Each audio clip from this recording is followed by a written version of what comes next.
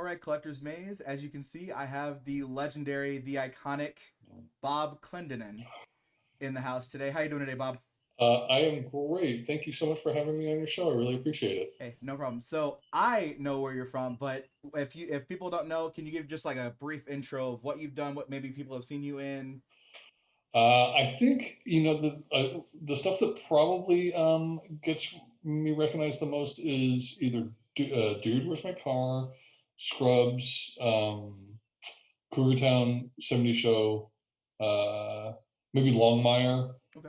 I pop up in a lot of things. Yeah, I looked you up on IMDb. I knew who you were because of dude. Hmm. Where's my car and Scrubs, and I didn't realize you did so much Cougar Town. Yeah. But you have a lot of credits. You've been in a lot of iconic series. I've been really fortunate that way, and a lot of them were ones that sort of were initially going to be just one episode. In fact, Cougar Town was one, but there have been a bunch of shows. 70 Show was where it was going to be one episode, and I was just really fortunate that I got there at the right time, and they kind of blossomed into many more or recurring over different seasons and stuff. And so I feel very fortunate that way. Absolutely. So, how did you get into acting? How did it all start? Ooh. So I was a math science nerd in high school, and I thought I wanted to be an engineer, so I went to college for engineering, and I wasn't in love with it, and I didn't feel like I was particularly good at it. Um, but so I wanted a diversion, maybe sophomore or junior year, and I tried it for a play, and I really loved it. And I thought the people were so different than the engineers I knew. They were really, much freer. The parties were better. The Sure. women seemed prettier. There was a lot going for it. So I just kept doing it as a sideline, and I finished my engineering degree. Not very auspiciously. It was not a great GPA, but at least I got through it. There you go. And then I went to grad school. I thought, well, maybe I'll really see if I can do this acting thing. And I went to grad school, had a blast, loved it, and then realized I needed to either go to New York or this was back in the early 90s. You kind of had to either be in New York or Los Angeles. It wasn't Sure. as across the country as it is now. And I'm not much of a musical guy, so I just picked Los Angeles. I had a friend here that I could stay with Cool. until I got my feet sort of settled and stuff. And that was in the early '90s. And there was like 2 or 3 years of kind of just having doors closed um, and getting despondent that it was never going to happen before you start to feel like maybe one little role comes along or an agent decides to take you on. It was just like little kind of baby steps. Absolutely. And that was yeah, so it's been 20 or 25 years now. Wow.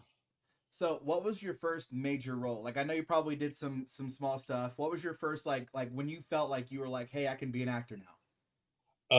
Well, the most exciting, kind of the first one that really got me excited was, and it wasn't a very big role, but it was in a show called Renegade, Okay. which was with Lorenzo Lamas, and it was shot down in San Diego, Okay. and I got the role of of just a prison guard. I had like three lines, but they had to, one of the conditions was that the producers got me into the Screen Actors Guild. Um, and it was my first real paid on camera gig, and that felt like a kind of a major breakthrough. Wasn't a great show, and then a couple of little things happened after that, like the nanny, and then Caroline in the City. That was a recurring one, so I started to feel like around there um, that it was starting to pay bills, and I could quit my day job. So I kind of noticed that you've also worked with kind of similar people as like the your career kind of went on. So I saw you worked with Zach Braff a few times. Correct? Yes. Um, how did that come about? Is that just a Well, coincidence, or was it just like a production company, or how did that come about? no, there's a guy, a showrunner, a writer producer named Bill Lawrence, and he's the one that created Scrubs. Um, shows he has now on the air. Ted Lasso is his. Cougar Town was his. Ground Floor. I mean, he Undateable. He's got a ton of different Yeah, shows, he's and great. he's extremely successful. And Yeah. he was the first. He first hired me for Scrubs, and we really kind of hit it off. And Dr. Zeltzer became kind of a running um, weirdo character, It's great. and Zach and I got along great. And then when Zach started doing more directorial projects, he used me a couple times for a couple of his films and a couple pilots that he shot. And we just get along very well, and he's always very complimentary. I really love the guy. He's super easy to work with, and it's one of those situations where I think in this industry you learn that it's much smaller than you really thought it was when you're on the outside. It seems Absolutely. like, but then when you get inside, you're like, oh, it's always this. I'm working with the same people over and over again. Yeah. Um, and this guy that I was talking about, Bill Lawrence, he really loves working with people that he knows and trusts, and because he likes to give people a lot of freedom with some of the material. And Gotcha. I there are a lot of people like that around town, like Judd Apatow. I think you see tends to work with a lot of the same people. That's true. I've always been a huge Christopher Guest fan, Yes. and Yes. I've so wished that I was in that little circle because I've just Right.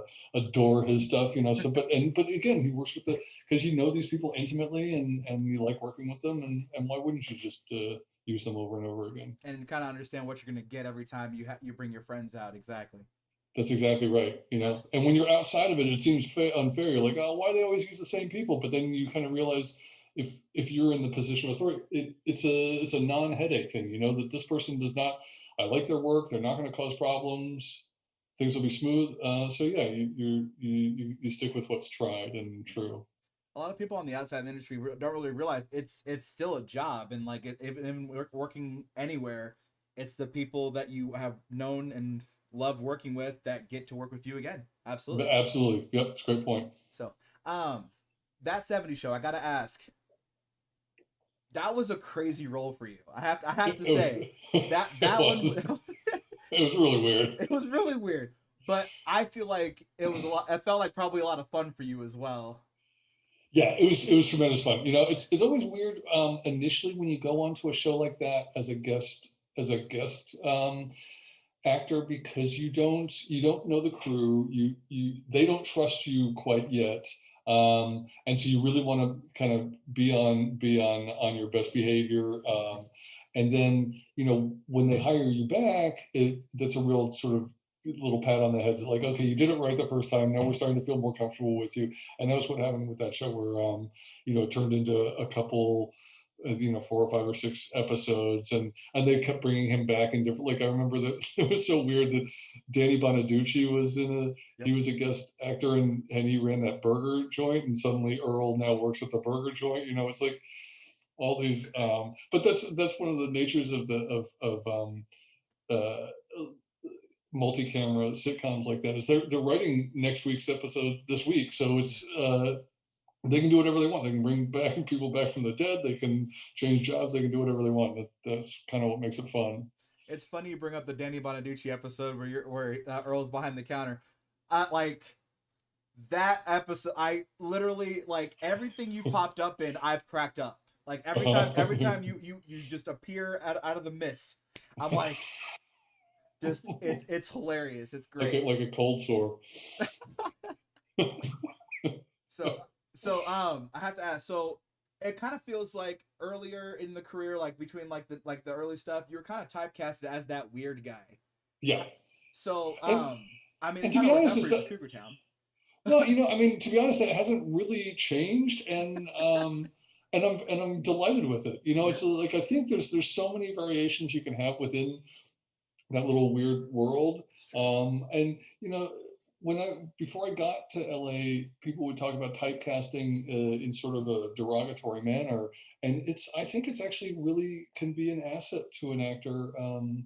To know your niche, to know how you're sort of perceived, and to play to those strengths. It doesn't mean that you're limiting yourself. I don't think it's that at all. I think it just makes you a little bit more responsible for how you're hired. And it's been great for me. And I've also just always gravitated towards those quirkier characters, the ones that have and the actors that I love watching are people like Christopher Walken. I mean, you can't get much quirkier than that. It's No, you like can't. Absolutely. and those are the people who I just genuinely find really, really interesting. So I don't think it's a negative at all, and I've been pretty pleased that Yeah.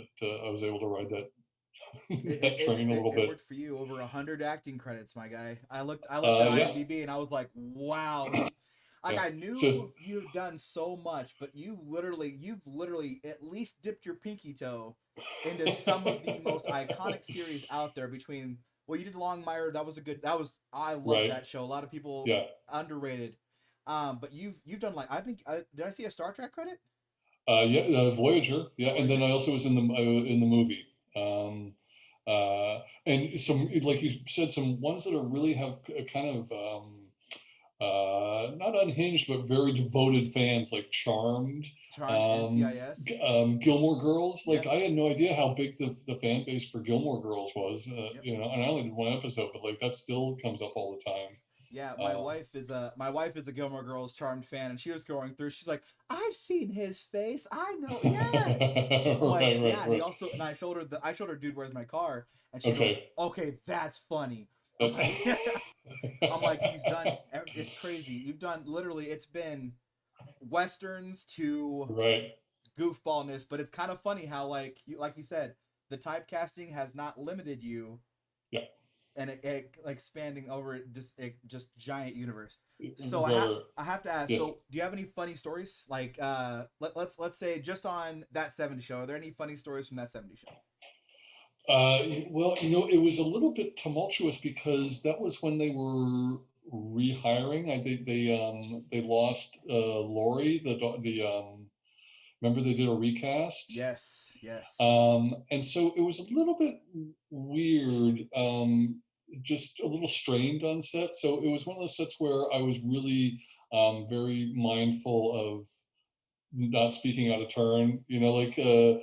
Yeah, and same, like we were talking about Charmed earlier. I was on it when um, the ladies were not getting along They were, yeah, very yeah, well. yeah. You've probably heard, some rumors.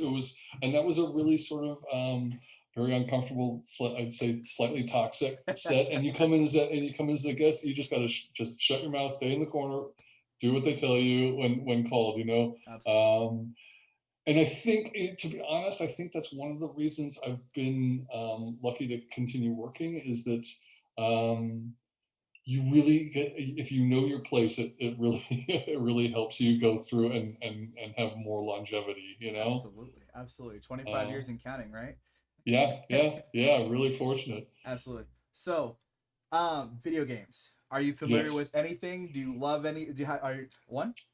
No, I'm not a gamer. Okay. But one thing that I did do, and I don't know if you saw it, was I was in L.A. Noir. Yes. Yes. So filming that was super, super surreal. I've never done anything like it. I haven't played. I've not played the game, but people have sent me screenshots of me in it or them shooting me in it, which is hilarious. Friends send me, clips of them shooting me in the street.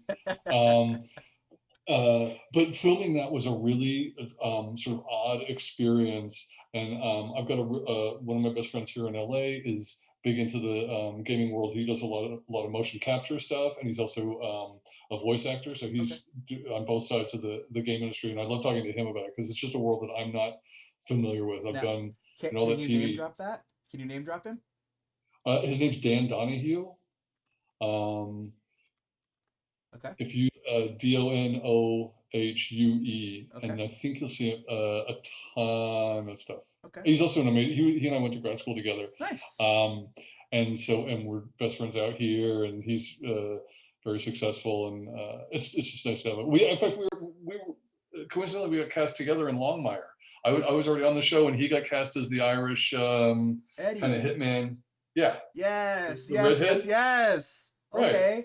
Yeah. So that dude, yeah. So he and I were best friends at Penn State and came out here, and then we got on Longmire together. We had a blast, and I wish I could send. Uh, I want to send you something because I think you get a kick out of it. Yeah. If you want to email it to me, I got it. I got it. I'm sitting right here. Okay, let me see if I how I would find this first. Um, oh, I know it's on my Instagram. Hold on. What Dan does, which is really kind of clever, is he looks up locations that have been used in sort of uh, uh, iconic shows and Okay. movies, things that we know, and then he goes and finds them, um, and see what they look like now, sort of a then and now kind of thing. How is that not a Um, show? it should be. It should, at the very least, it should be a coffee table book. At the very Um, least. uh, and what he does, like he's found some amazing locations, and then we recreate. And so what he and I did was we found this, and what I'm trying, I'm sorry, I'm distracted. I'm trying to find No, this you're picture. absolutely fine. This is what makes it real. Um, is that he found this one clip from Charlie's Angels, and we recreated this iconic scene from that, and then here it is, found it, got it. So um, this isn't going to be the best quality. I'm going to screenshot this, Okay, no worries. and You have to link me up with him. I'd love to talk to him about that too. That'd be a great talk. Because I live in Kansas. I actually grew up about 20 minutes away from where the Wizard of Oz house is sitting, that they dropped on the Wicked Witch of the East. oh, no Yeah. kidding. Yeah. Okay, that's hilarious. Yeah. They got a Oz museum sitting right there. They got the old ruby slippers sitting in the museum. And the last How great is that? The last Munchkin just passed away about 2 or 3 years ago, but they literally every year they would have Ozfest, and it would be Wizard of Oz themed. They'd have the last Munchkin. Okay. And I think she just passed away. I think it was 2 to 3 years ago. But it's you know what? I think there Kansas was every year. Yep, that is fantastic. That is very, very cool. Okay, I did check your inbox. So so he and I were filming in Santa Fe, filming Longmire, and he'd done his research. He said, okay, this is the shot from Twins that was filmed here. So we both had a day off. We went to Ross. We got those kind of shirts that were close enough to matching. I'm about to bring it up on the interview, Rick. Just a second. I have a background with your name and everything on here. What I'll do is I'll bring it up and show them what you're talking about. Oh, great. Yes. Where did I put it? Okay, that's not where it is. Okay. And then okay. Let me move this and shrink it. There we go. Yep. So it's right. It's literally right between us right now, so they can see it. This is great. So that was the scene from Twins. We had somebody else kind of try and frame it on a phone. We couldn't get the depth of field exactly right, but and then I've just sent you the second one, which is where we recreated he found a location for a Farrah Fawcett Majors moment in great. Absolutely. I don't know if you can put that in there too, but I absolutely can. Yes, this is great. So Dan has found these. I mean, he found that. You remember that kind of iconic shot in Star Wars where it's through a canyon and R2-D2 just kind of it just passes the lens, right? Yeah. And he found that. So like wow. Some Alfred Hitchcock stuff. He's just obvious, little ones, obvious ones like the Brady Bunch house and stuff like that. But like, it's just how he kind of kills time either in LA or when he's on location somewhere. And if he needs to rope in, an accessory, he'll give me a call and we'll work together. That is phenomenal. I literally like that. I didn't even anticipate. That is great. Yeah, that is absolutely fantastic. Yeah, I thought you'd enjoy. That is absolutely great. So I have to ask, what are you working on now? Like, what is? Oh, look at the iconic big gulp. Like, yeah, right. Sorry, you're fine. We don't have that out here. We don't have 7-Elevens. So what do you have? Piggly? No, not Piggly Wiggly. We have Quick Trip and Quick Shops. Yeah. Okay. Kroger's. Yep.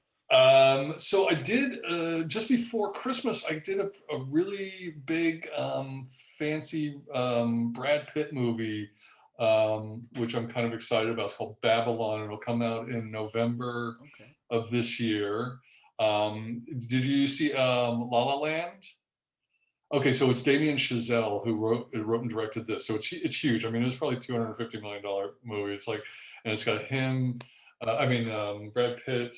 The cast is extraordinary, and it's a period piece. And I had like a couple weeks on it. I worked with Spike Jonze was played this crazy German director, and I'm his beaten up assistant director, and then we're filming within the film. That's Like Brad Pitt incredible. plays sort of like a Clark Gable type, movie star, and we're filming the Crusade movie. We're the German crew filming the Crusade movie within the movie. It's gonna be very cool. I'm really Yeah, that looking forward to sounds that. incredible. I just got back from Miami. I did another Bill Lawrence show called Marcel with Vince Vaughn. That's filming now in Florida, and I've got a recurring as sort of the shady bush pilot, that may or may not be running illegal things through the Florida Keys. So that was fun, and there was one other. Um, Oh, there's a Hulu show called Reboot Okay. with Keegan Michael Key and Johnny Knoxville, Okay. and I did an episode of that that'll when that I think that's going to be on Hulu. That was really fun. It's about them putting, how all these shows now from the 80s, 90s, 2000s are kind of being reimagined, and then but this is one that's got where they should never have put this cast back together. They're just incredibly dysfunctional, and it's a hot mess. Carrie Kenny is in it, and Okay. so anyway, those are a couple of things that we're going. That's awesome. That is awesome. So I have to go back to LA Noir.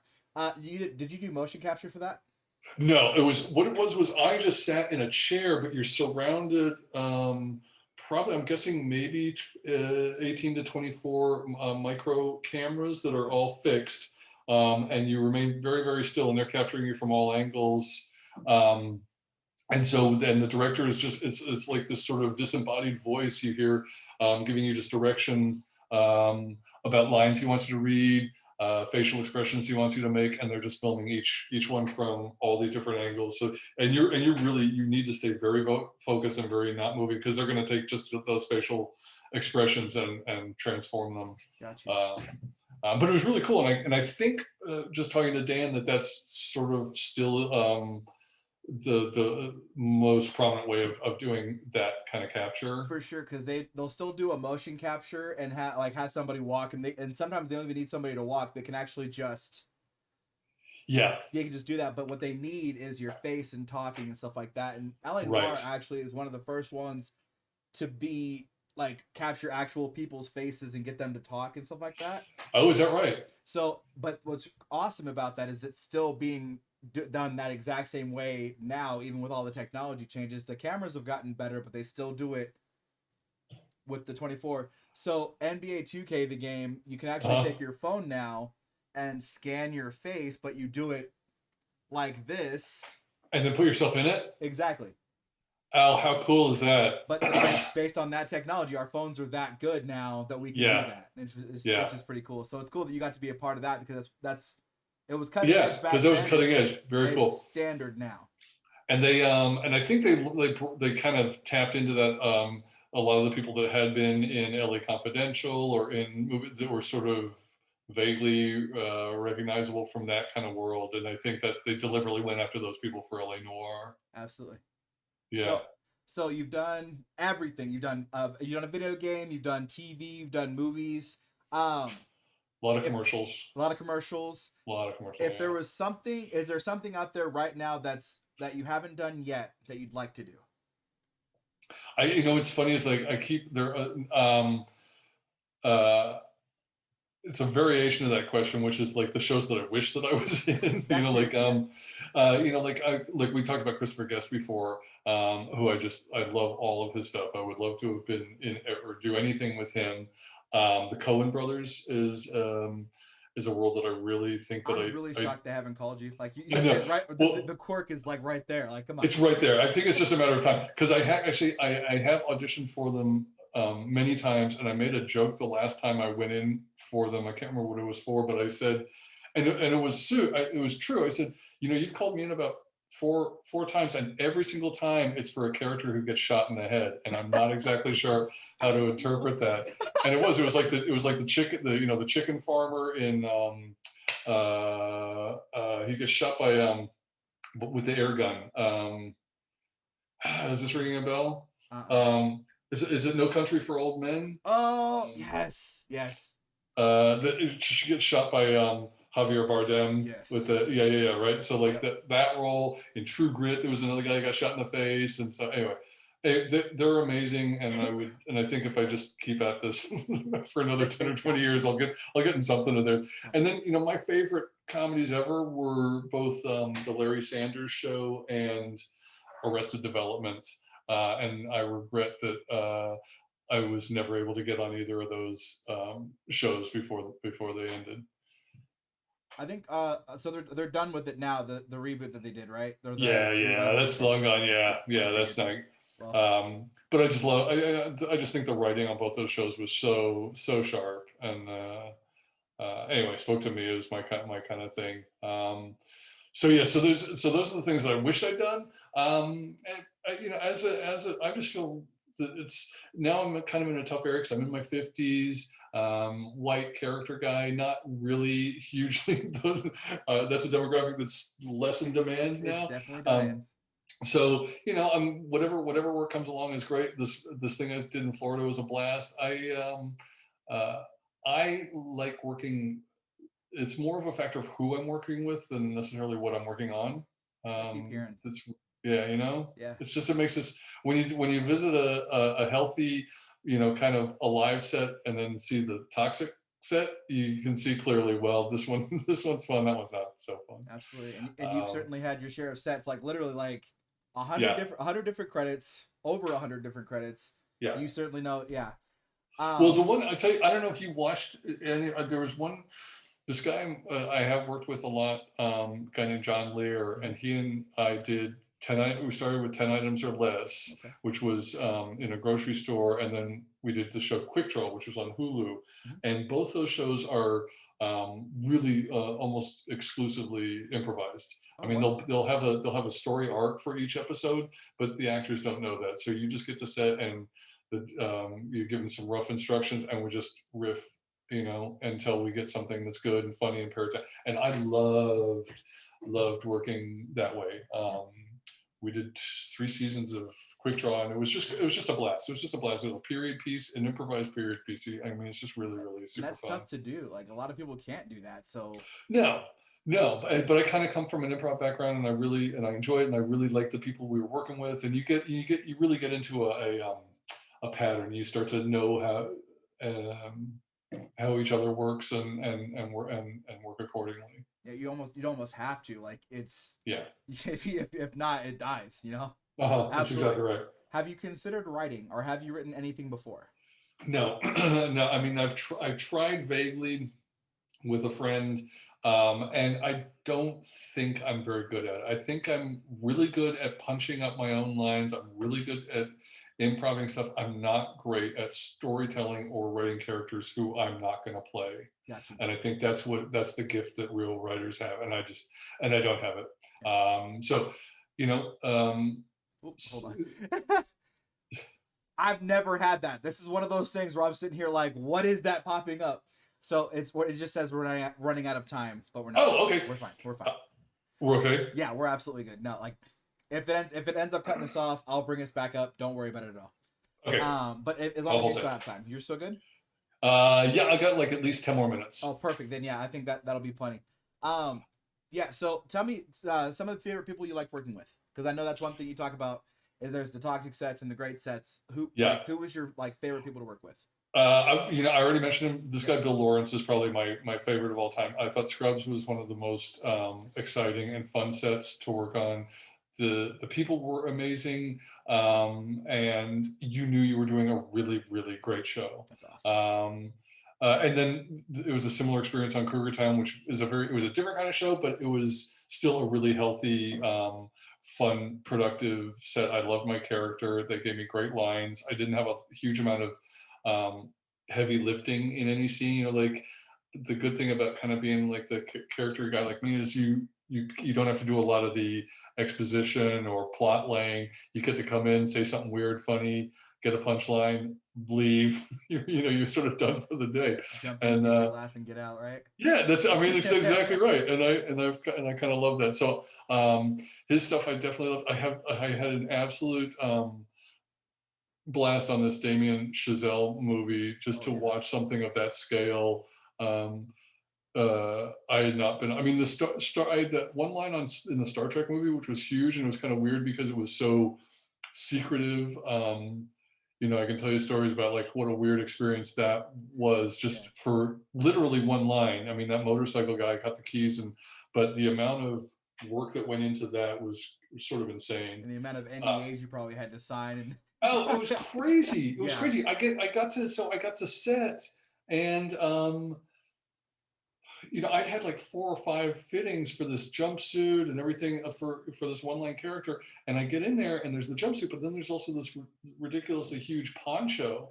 I'm like, am I wearing the poncho? He said, no, no, no, no, no. You come out of your trailer with the poncho on because there are snipers in the hills who are trying to get pictures of what any of the supporting characters look like or what any of the to then leak. And so we're hiding what people are wearing under the poncho until we get you to set and it's safe and they can't. It was like, oh my god, this Yeah. is so bizarre, right? Yeah. I'm not shocked at all. Like that, especially nowadays, like they'll be like you said, I'm surprised you didn't like you said snipers. They're probably literally as long as there's enough of a sight line, they're as far back as they can get so that he can get seen. No That's doubt, no incredible. doubt. Yeah, but again, you have a fan base like that. They're pretty rabid and they're dying for stuff. Absolutely. Um, but like we were talking, I was just talking, I got sidetracked that this Babylon movie was kind of wild because of the scope of it. There was one 3 or 4 days where there were I think 700 extras doing a battle scene. This is mid COVID too. Wow. Doing these um, religious war like crusades battle scene. Gotcha. In the background, while Brad Pitt's acting, and there's a butterfly wrangler who's trying to get a butterfly to land on his shoulder. Um, a live orchestra is playing in the foreground. I mean, it's literally insane. And you're Wow. like, oh my god, what a cool thing to be a part of. And if it looks like I think it's going to look, it's going to blow people away. Absolutely. Absolutely. Yeah, So Bob, that's all I got for you. this Everybody was a go see blast. Babylon. Bob Clendenin, Clendenin, yes. Clendenin, yes, will be in that movie with Brad Pitt. If you guys haven't seen That 70s Show, Cougar Town, Scrubs, those three are absolute staples, and this man is amazing in them. So, This is an absolute pleasure, Brandon. Thank you hey, so much for having I me had on. so much fun. Yeah, absolutely. This is so great. Thank you so much. And follow up. Let me know. Let me know what I can watch or when I can see this. Absolutely. I'll send you a link. All right, man. Yep. Take care. Bye bye.